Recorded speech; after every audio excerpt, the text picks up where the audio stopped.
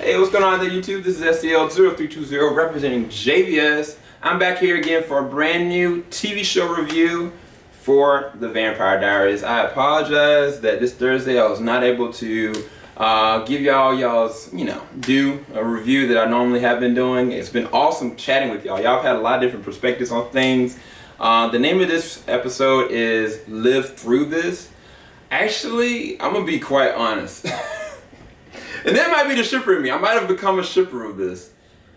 I was disappointed in the very first part of this episode. Now, I'm gonna be fair.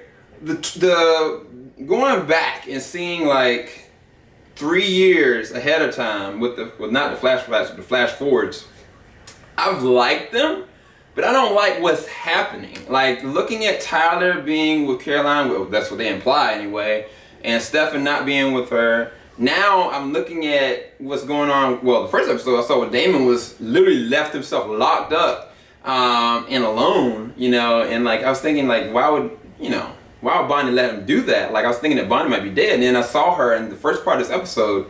And by the way, there are going to be small spoilers here and now with this one. But looking at Bonnie, I was like, she's in a rehab, I was like, what the heck happened to her? I mean, yeah, life has happened to this woman. She's died multiple times. She's been stuck multiple times. She's lost her ever-loving mind at one point. She was possessed by dark magic. So, I mean, yeah, I can understand that. But I was thinking that her and Damon together, they can kind of help each other out. Even though Damon is still grieving. He still doesn't know how to really live without Elena. One part of this episode, he said he's going to try to be a better man and be a different man. The one man that she want him to be, basically. But with Bonnie, like, she was talking about a decision that she had made that basically cost somebody that she really loved. But I was thinking to myself, I was like, but she knows that Elena's going to come back after she's dead. So it's on her, but why is she still upset about that? I was thinking that she was talking about Damon. I was thinking like, dang, something happened with their relationship or something. And then all of a sudden she goes to the corner, and I'm looking at her eyes, like, there's love in her eyes. And then all of a sudden, guess who it is? Enzo. I'm like, what?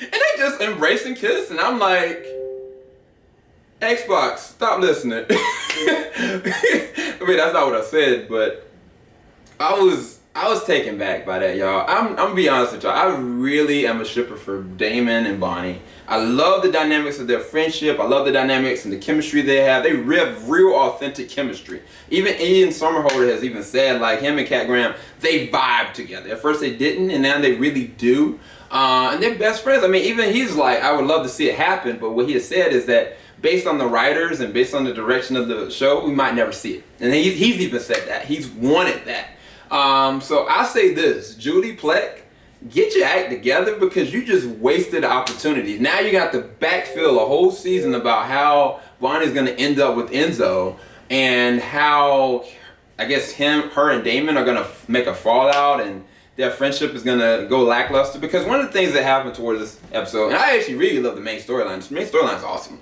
The prospect of Lily wanting to get Julian, what really happened gets revealed to Stefan, and as well as like Enzo and Bonnie, even though I don't want to see them together, they had a really good interaction because Bonnie had called him out on like his like pining over Lily, but then he had made implications that she's picking up sloppy seconds with Damon, essentially. And even Bonnie has said like either, hate me or love me. Like I'm not gonna allow myself to feel this certain way or subjugate it to your grief, which is really an honest thing that actually was really said. Even towards the very end, after everything that kind of happened, transpired in this episode, Damon was really distracted by something, which I'll bring up in this review in a little bit.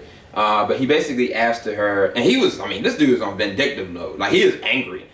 He's just sitting there drinking, and he knew he couldn't go to Rick, and Bonnie was there, and he asked her, like, tell me that what I'm doing is wrong, or tell me what I'm doing is right. Like, am I really honoring Elena? And she kind of appeases him. She really helps comfort him, but it's not the kind of comfort that he needs. I mean, he needs somebody that's telling him, look, I understand what you're dealing with, but it's not going to help. It's not going to save anything. But she says to him, you're doing good. And they just sit there and drink together. And I don't know if that's the best thing he needs or the worst thing. It's really interesting. It's like an opposite of Elena and him. And that doesn't feel authentic to their chemistry. I feel like they're doing that backfill to remove any aspect of a relationship / friendship. Then you find out about the actual stone. So the stone itself, when they brought Oscar back from the dead, that wasn't Oscar. That was somebody freaking in the stone. Like, basically, you find out that Oscar was like, why you keep calling me Oscar? I was stuck in there. And he's pointing at the stone, and they realized that what they had brought back was somebody, or a dead vampire from that stone that had been stuck in there. Their soul had been stuck in there. So basically, they're in their own version of the other side. You know what I'm saying? What Bonnie had destructed. So, moving forward, eventually, Damon decides he wants to catch up with, Valerie. And, like, Stefan was kind of reluctant to do it because he was having a great time with him and Caroline. And eventually they go and, track her down. They find her. And they finally really see each other. Because before, Valerie kept herself cloaked in front of Stefan. When they saw each other, it was like, you can tell there's real tension there. And they acted really well. But it moves on to later on that Valerie opens up about the fact she had a child. And that Julian intentionally had her having miscarriage, essentially, by beating her. And then she tried to kill herself, and then she turned into a vampire. I think there's more to that story than meets the eye. I think there's a lot more than that. I don't know if he intentionally turned her or did something else to her. I don't really know.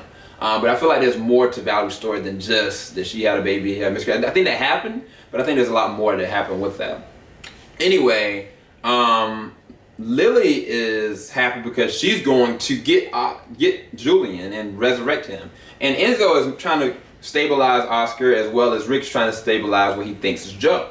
He finds out that that's not Joe, because she really has a breakdown. She's hungry just like Oscar was, and now notably why, because she was a freaking vampire. And so I thought that those whole dynamics between with Oscar and Enzo, and with the parallel with Rick and with this other girl or guy, I don't know what it is, it's really interesting dialogue, because you see that they're unraveling, and basically Enzo has to kind of defend himself and Bonnie, because they get cornered in a situation where this vampire Oscar is completely coherent about his powers, and he becomes really dangerous really quick, and Enzo had to put him down. But with Joe and Alaric is devastated because he realizes this is not his wife, but he decides he wants to help her anyway. I feel like he's not letting go of the situation, because even looking to the 3 years forward, like, those twins came from somewhere.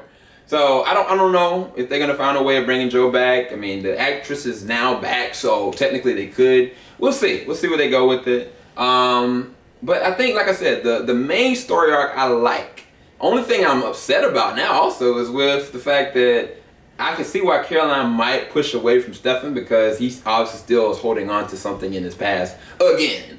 We think he would realize, like, this is a whole Catherine situation all over again, as well as Damon. It's a whole Catherine situation all over again, and these men that have progressed so far because of Elena are not moving forward. And I think that that's redundant. It adds weight and value because it pays homage to the first 2 seasons, but it recounts the same exact issues that they had before, and I don't like that. But either way, what did I give this episode? I gave it an 8 out of 10. It could have been so much better, and I think I want to give it a 7 because I hate the fact of Enzo and Bonnie. Really? After all this time, you're gonna sit there and just like, oh, that's her love, I mean, they're gonna be good for each other for a second to piece things together, but it's like, I don't know. I feel like it's a cop-out. I'm not saying that the writers don't want to see interracial relationship or interracial relationship between the main character and the main sub-character, or if it's that, like, they just don't want Bonnie and Damon. I don't know. But all I know, they better get their act together quick, because that joint, it's such a wasted opportunity. Let me know what y'all thought in the comment section below. If y'all feel like the writers are just kind of pushing what could be a great progressional storyline between just those two. Because honestly, I would be fine with just seeing them two together, like, not together, but just on a show, period. Like, if they were stuck in the other side, if they had created a spawn off with other vampires and stuff, like, I would have loved that, because their time together, it was really great. It was really dramatic, and it was really filling to watch their evolving chemistry. But either way, that is my review for The Vampire Diaries. Live through this. Y'all keep it locked next week. I'm definitely gonna do a review for that one. Peace, everybody. Me start reviewing originals.